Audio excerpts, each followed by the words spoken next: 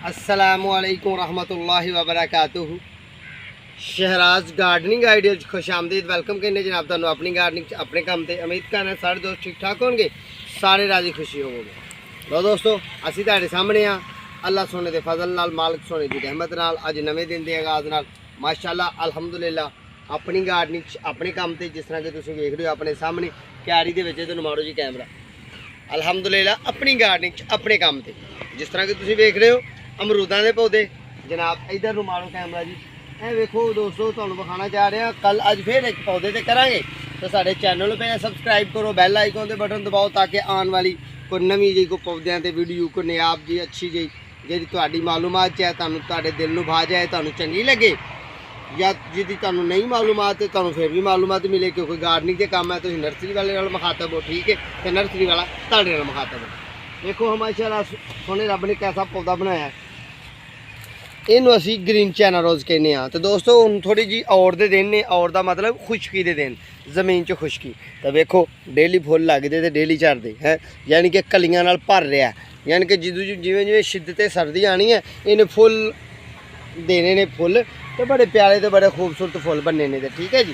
तो असा अज भी एक पौधे से एक प्लांट से गल करनी है तो असी हुण चलने उस पौधे से उस प्लांट से एवं दिल च ख्याल आया कि जनाब ये भी पौधा विखाइए तुहानू, ठीक है, चलने असी हूँ उस पौधे से अपनी गार्डनिंग के अपने काम से साढ़े नाल रहना वीडियो साड़ी एंड तक देखनी है।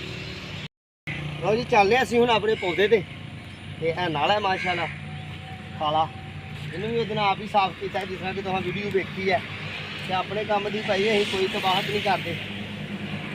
लो जी यह साड़ा पौधा है तो इनू वेखो टलियां वंगना के फुल लगते हैं तो ये जनाब ये खासियत है थले मारो जी कैमरा। ये खासियत यह है कि दोस्तों यदा फुल 24 घंटे कढ़ना 24 घंटे बाद सारा ही फुल झड़ जाने होंगे तो सुबह फिर नवे फुल निकलने ने तो और च ज़्यादा फुल लगते हैं यानी कि खुशकी के दिनों ज़्यादा फुल लगते हैं तो फुल दी बड़ा प्यारा हुसन है। देखो जी यह वाला बहुत ही खूबसूरत बड़ा अच्छा हुसन है फुल का, यदा भंबीरी टाइप का फुल होंगे जी दोस्तों। यह देखो ना माशाल्लाह बहुत ही प्यारा तो बड़ा खूबसूरत है। यह फुल आने ने इनू तो यदा नाम है गोल्डन कनेर, ठीक है जी। इनू अहीं पंजाबी च माल्टा कनेर भी बोलते हैं, माल्टे रंग के फुल वाली कनेर, ठीक है जी। ये कनेर का पौधा है तो देखो कितना प्यारा। तो ये दोस्तों कलम तो भी चलता है, कोंपल तो भी चलता है, एयर लेयरिंग तो भी चलता है।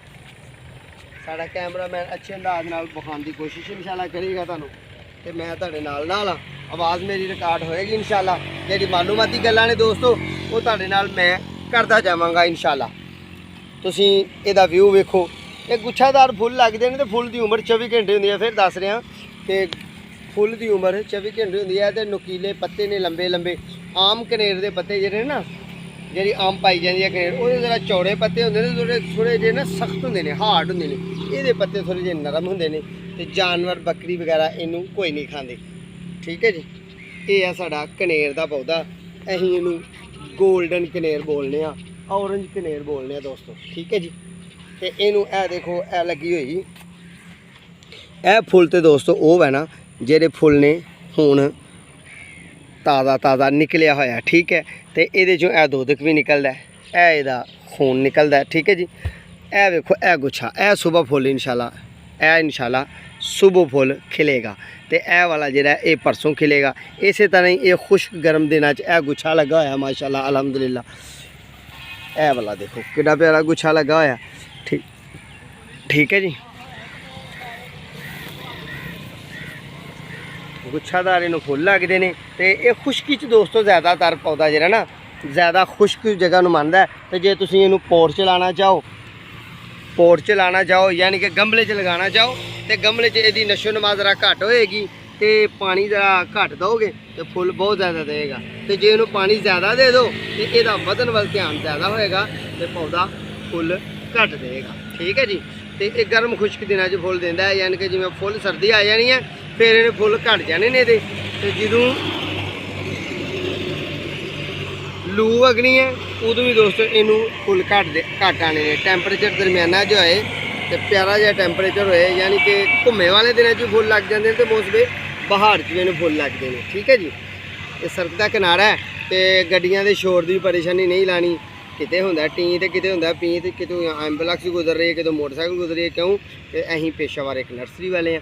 ਸਾਰੇ ਦੋਸਤਾਂ ਨੂੰ ਪਤਾ, ਜਿਹੜੇ ਪੁਰਾਣੇ ਵੇਖਣ ਵਾਲੇ ਉਹਨਾਂ ਸਾਰਿਆਂ ਨੂੰ ਪਤਾ। ਤੇ ਇਲਤਜਾ ਇਹ ਹੈ ਕਿ ਨਵੀਂ ਗਾਰਡਨਿੰਗ ਦੀ ਨਵੀਂ ਤੋਂ ਨਵੀਂ ਅੱਛੀ ਤੋਂ ਅੱਛੀ ਨਿਆਬ ਤੋਂ ਨਿਆਬ ਪੌਦੇ ਦੀ ਵੀਡੀਓ ਵੇਖਣ ਵਾਸਤੇ ਸਾਡੇ ਚੈਨਲ ਨੂੰ ਸਬਸਕ੍ਰਾइब करो, बैल आइकॉन के बटन दबाओ, दोस्तों नाल शेयर करो। तो जनाब अल्लाह करे कि तुहानू साडी वीडियो अच्छी लगती होए। तो साडे जनाब कैमरामैन है वो वेखो फुल भी बना दिता, वह गुलदस्ता बना दिता जमीन ते ही।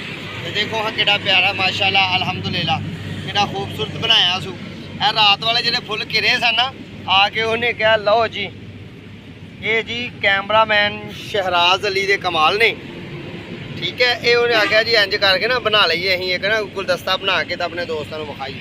यह दूर तो विखाया जा रहा जी, तुहानू पौधा मुकम्मल पौधा विखाया जा रहा दूर तो कि वेखो जी इन्ना क बनया। तो यह बड़ी VIP छाँव भी बना दिंदा है। सेंध दे विच छोटा पौधा लगा है, छोटे सेंध दे विच लगा है। तो 2 3 4 कुर्सियां की छाँ जी है ना बड़ी प्यारी तो बड़ी खूबसूरत जी छाँ ये बना दिंदा, ठीक है जी। मार दो इधर नू कैमरा जी खुला जरा रख के। अपने कोल दरेक पकैन गुलाब क्योंकि सावन भादरों गुजरिया, ये पट्ठे पुट्ठे भी हुए ने, ठीक है जी। तो पौधे शौधे भी कुछ बिक गए, कुछ सेल हो गए, कुछ होने वाले, कुछ अपने काम दे जनाब। अस पेशावर लोग हाँ, ठीक है। कोशिश करिए कि तुहानू अच्छी तो अच्छी नियाब तो नियाब वीडियो दईए, प्यारी जी वीडियो दईए। तो मिशन यही है कि कोशिश करांगे कि एशिया जिन्ने भी पौधे पाए जाते हैं वो सारे पौधों तो तुहानू नावां तो उन्होंने सीजनां तो उन्होंने प्रोग्रामां तो मुतारफ कराइए। तो इस पौधे की अफजाइश के मतलब कि किस तरह की अफजाइश होनी है, इंशाल्लाह मौका मिलया तो फिर दूसरी वीडियो अपलोड करांगे। अल्लाह पाक को सीजन लियाए, वक्त लियाए, साडा तुहाडा साथ रखे। चलो दोस्तों सानू दुआवां च याद रखना है। अल्लाह पाक तुहानू अपने हिफ्ज़ो ईमान च रखे, साडे हक अंदर दुआ करना। उन्नी देर तक जनाब अपने मेज़बानों दो इजाज़त। अल्लाह।